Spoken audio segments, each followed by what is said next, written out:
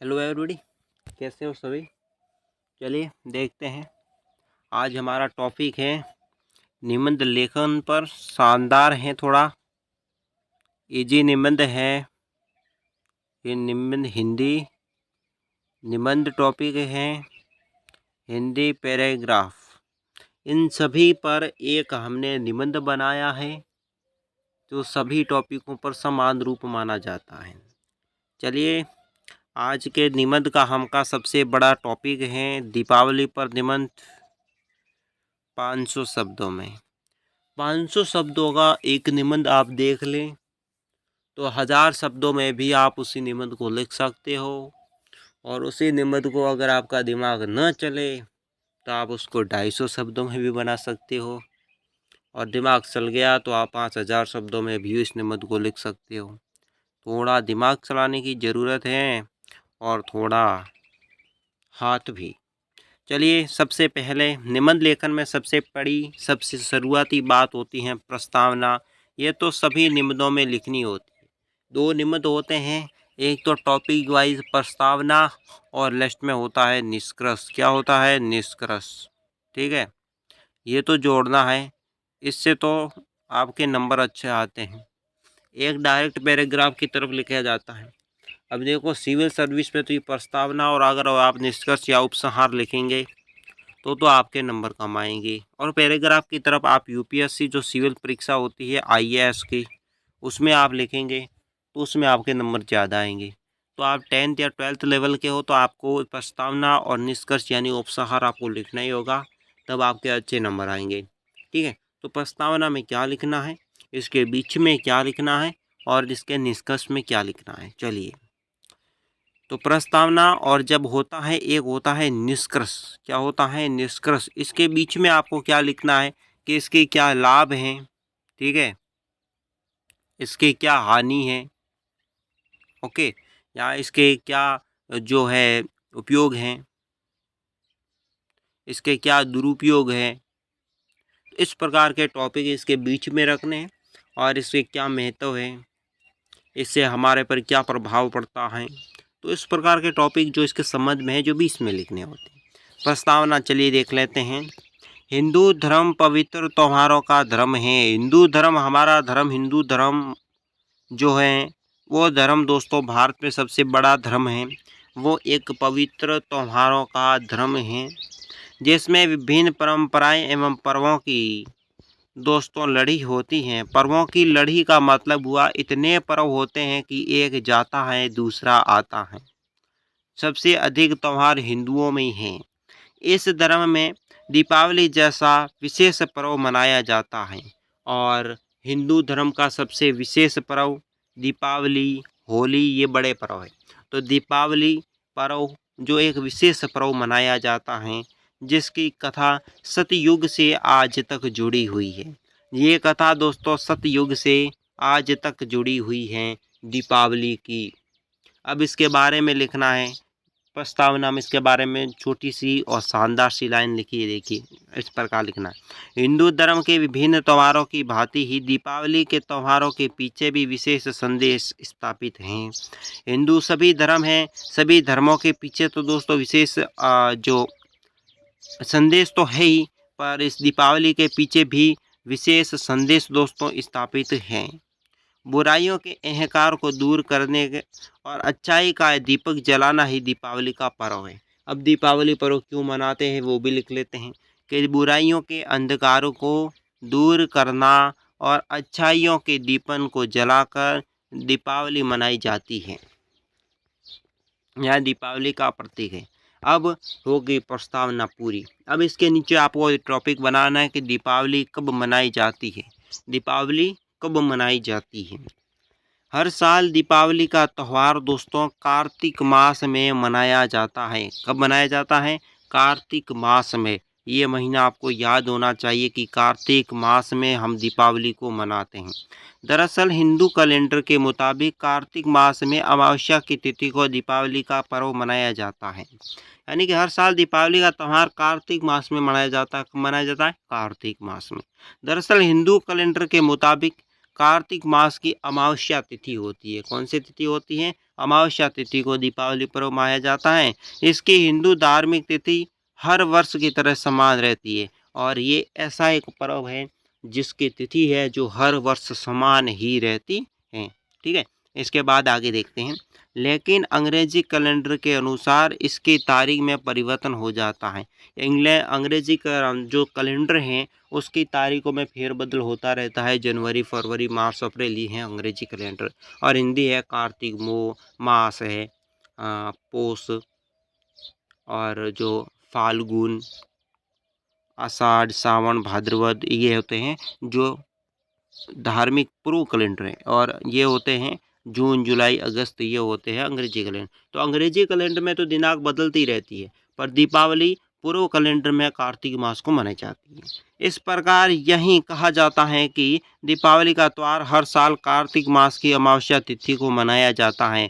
कब मनाया जाता है? ये त्यौहार हर साल कार्तिक मास की अमावस्या तिथि को मनाया जाता है। आप इतना लिखेंगे तो बहुत अच्छा। आपको प्रस्तावना जब आप पूरी हो जाएगी तो प्रस्तावना के आपका 1 नंबर मिल जाएगा। अब ये पूरा करते हैं। इतना ही नहीं, दीपावली के पूर्व धनतेरस की नरक चतुर्थी की तिथि भी आती है और जिनका दीपावली के त्यौहार का विशेष संबंध है। देखो, दीपावली से पूर्व दोस्तों क्या आती है? दीपावली से पूर्व दोस्तों क्या आती है? धनतेरस आती है और नरक चतुर्थी आती है। इन दोनों तिथियों का दीपावली के साथ गहरा संबंध है।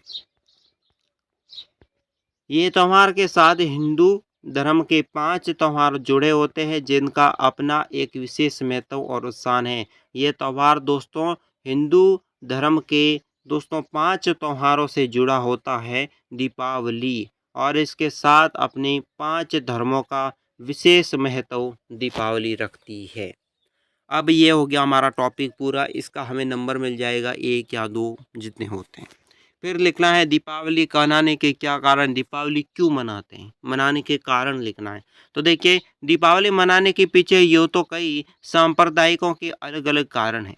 ऐसे देखो तो दीपावली मनाते हम दोस्तों, इसके पीछे तो कई सांप्रदायिक कारण हैं, लेकिन मुख्य रूप से दीपावली मनाने के पीछे कारण क्या है? श्री रामचंद्र जी की कथा का जुड़ा हुआ माना जाता है। इसका प्रमुख कारण क्या है दोस्तों दीपावली मनाने का? श्री रामचंद्र जी की कथा का जुड़ा हुआ माना जाता है। इस कथा के अनुसार भगवान श्री राम ने 14 वर्ष के वनवास के बाद लंकापति रावण के वध के 21 दिन बाद अयोध्या वापस लौटे थे। क्या किया था भगवान श्री राम ने? भगवान श्री राम ने 14 वर्ष तो वनवास काटा, उसके बाद लंकापति रावण का वध करके 21 दिन के बाद अयोध्या लौटे थे। तब दोस्तों दिवाली मनाई गई थी। ऐसे संपूर्ण अयोध्या नगरी में दीप जलाकर लोगों ने दीपावली मनाई थी। संपूर्ण अयोध्या में नगरी में दीप जलाकर लोगों ने दीपावली मनाई थी। जो अयोध्या का मंदिर अब बन चुका है तो यहाँ पर अब हर वर्ष दीपावली के दिन लाखों करोड़ों दीप जलाए जाते हैं।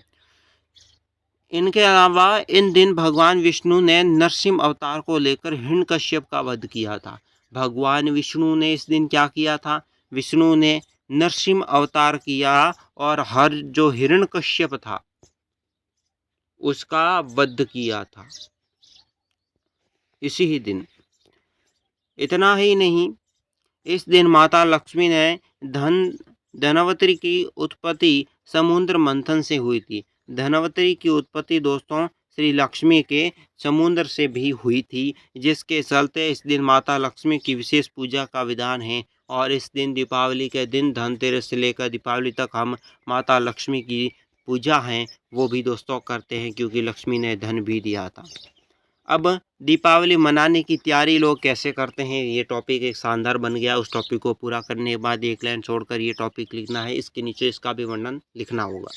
अभी तक आपने मेरे यूट्यूब चैनल को सब्सक्राइब नहीं किया तो कर दीजिए, वीडियो लाइक करो, दोस्तों के साथ शेयर कर लें। ठीक है, दीपावली एक ऐसा पर्व है, दीपावली मनाने की तैयारी के नीचे आपको लिखना है दीपावली एक ऐसा पर्व है जिसकी तैयारी लोगों के घरों में 1 महीने पहले ही शुरू होने या हो जाती है। 1 महीने पहले ही दोस्तों शुरू होने लगती है। इस पर्व सबसे महत्वपूर्ण कार्य दोस्तों साफ सफाई करना, और इसमें घरों में सबसे अधिक कार्य कौन सा होता है? साफ सफाई करना। माना जाता कि जिस घर में साफ सफाई होती है वहाँ लक्ष्मी उसी के घर अपना स्थान ग्रहण करती है। और माना ये भी जाता है कि माता लक्ष्मी है, जिस घर दोस्तों साफ सफाई होती है, माता जो लक्ष्मी है उसी के घर निवास करती हैं। इस कारण कि हिंदू धर्म के प्रत्येक व्यक्ति दीपावली से पूर्व अपने घर के शीशे की तरह चमकाने का प्रयास करते हैं। और दोस्तों क्या करते हैं, दीपावली से पूर्व अपने घर को लोग चमकाने की प्रयास करते हैं। ठीक है, फिर लिखना है, साथ ही लोग दीपावली पर अपने घरों की रंगाई पुताई भी करते हैं। क्या करते हैं, अपने घर पर रंगाई करते हैं, पुताई भी करते हैं, घर को नया बनाते हैं, चमकाते हैं। आपने दीपावली में अपना घर भी चमकाया होगा। पूरा जगत जगमगाती लाइटों से सजाते हैं, मिठाई व पकवान भी बनाते हैं। और दीपावली के दिन तो नाम लेते हैं, मिठाई पकवान का नाम लेते हैं तो मुंह में तो लार आ ही गई होगी। तो हम मिठाई पकवान भी बनाते हैं, जो भी करते हैं दिवाली में वो हमको लिखना है यहाँ पर। अपने मेहमानों दोस्तों के साथ फिर भी इस दिन खूब आनंद लेते हैं, अपने दोस्तों मेहमानों के साथ, अपने भाइयों के साथ बहुत आनंद एक जगह बैठकर लेते हैं। इसके बाद आपको लिखना है निष्कर्ष। निष्कर्ष में आपको क्या लिखना है, पूरा सार। दीपावली में आपने क्या सार लिखना वो आपको पूरा लिखना है। देखो किस प्रकार लिखना है। इस प्रकार कहा जाता है कि दीपावली प्रेमी सौहार्द्र स्नेही प्रेमी है। और ये दीपावली प्रेम सौहार्द्र और स्नेह का प्रेम है। इस दिन सभी मिलजुल कर घर के सदस्य एक साथ बैठते हैं, बाहर के मेहमान होते हैं, दीपावली के दिन हमारे यहाँ आते हैं, मेहमान बनते हैं। ये बहुत स्नेह और सौहार्द्र और स्नेह और प्रेम का दिन माना भी जाता है। जो लोग आपस में जोड़ता है वो इस पर्व अपने रिश्तों की खटास को कम कर देता है। और रिश्तों को जोड़ता है तो खटास भी कम कर देता है। अपनी देखो कोई बेटियां होती है, किसकी बहनें होती हैं, बाहर गई हुई होती है, शादी कर दी जाती है, तो दीपावली के दिन उन्हें यहाँ लाते हैं घर पर। और दोस्तों को हम दीपावली का कॉल करते हैं कि भाई दीपावली का राम राम कहते हैं। तो वो एक स्नेह प्रेम हमें जोड़ने और अपनी खटास को कम करता है, मिठास लाता है अपने संबंधों में। साथ ही मिलजुल कर एक दूसरे को अच्छाई व बुराई का प्रतीक समझता है। इस प्रमुख पर्व की शुरुआत रामायण काल से हुई थी, लेकिन दुनिया भर में आज भी इस त्योहार को उल्लास व उत्साह से मनाया जाता है। दीपावली दोस्तों, इसका उत्थान में शुरुआत तो हुई थी रामायण काल से, वर्तमान में भी इस त्योहार को उत्साह और उल्लास से हम मनाते हैं। बहुत अच्छा है ना। जितना सौहदरीय वर्षों में भी पहले मनाया गया था। और इसमें दोस्तों पीछे आज से भी जितने रामायण काल से लेकर बीच में जितने भी वर्ष आए थे, उनमें हर्षोल्लास के साथ भी दीपावली मनाई थी। अब दोस्तों एक चीज़ ध्यान रख लेना, निबंध लेखन आप कर रहे हो तो निबंध लेखन में अगर आपको किसी पर्व पर पूछ लिया जाता है ना, तो आपको यहाँ लिखना क्या है वो प्रथम बात ध्यान रख लेना। कि अगर आपने किसी दीपावली पर पूछा है तो आपको दीपावली आपने ही मनाई है, तो आपने घर में क्या किया किया, आपने घर में क्या क्या किया, आपकी मम्मी ने क्या बनाया क्या किया, वो सब कुछ आपको इसमें लिखना है। और जो लाइन होती है ना वो इस प्रकार लिखनी है कि सामने वाला व्यक्ति जो परीक्षार्थ जो कॉपी चेक करने वाला व्यक्ति होता है, वो देखते पढ़ते ही उसका दिल है ना वो अच्छा लगना चाहिए कि वाह विद्यार्थी ने कुछ लिखा है और उसमें कुछ अपना योगदान रहा है, तो ही दोस्तों आपके अच्छे नंबर आएंगे। इसमें अब निबंध में 3 चीज़ आपको ध्यान रखनी है। अगर 500 शब्द का निबंध का है तो 500 शब्दों में लिखना, 250 शब्द का निबंध का है तो 250 शब्दों के आसपास लिखना। 240 हो जाए, 50 हो जाए, कोई कमी नहीं है। 250 पूछा है तो उसमें 1 2 3 अक्षर कम भी हो जाए, तो भी शब्द कम हो जाए तो भी कुछ नहीं, पर ज़्यादा लेख नहीं लिखना है, ठीक है। दूसरी है राइटिंग। आपकी राइटिंग दोस्तों होती है ना वो आपको ध्यान रखना है राइटिंग पर। और तीसरी बात है जो आप तथ्य लिख रहे हो ना, तथ्य को थोड़ा सही लिखना है कि राम ने रावण को मारा। तो कभी कहते हैं कि रावण को राम ने मारा, बात तो एक ही है, पर कथन सही है कि राम ने रावण को मारा।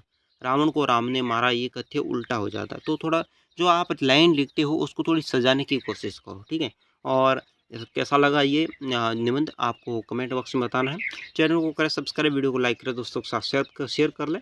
और आज की वीडियो में इतना ही। बाकी वाले सभी निबंध ऑल निबंध हमारे यूट्यूब चैनल पर अवस्थित है और आप प्लेलिस्ट में जाकर सभी निबंध को देख सकते हो, ठीक है। तो निबंध नाम की प्लेलिस्ट है, निबंध संग्रह नाम की बनाई हुई है, जिसमें सब निबंध जोड़े गए हैं।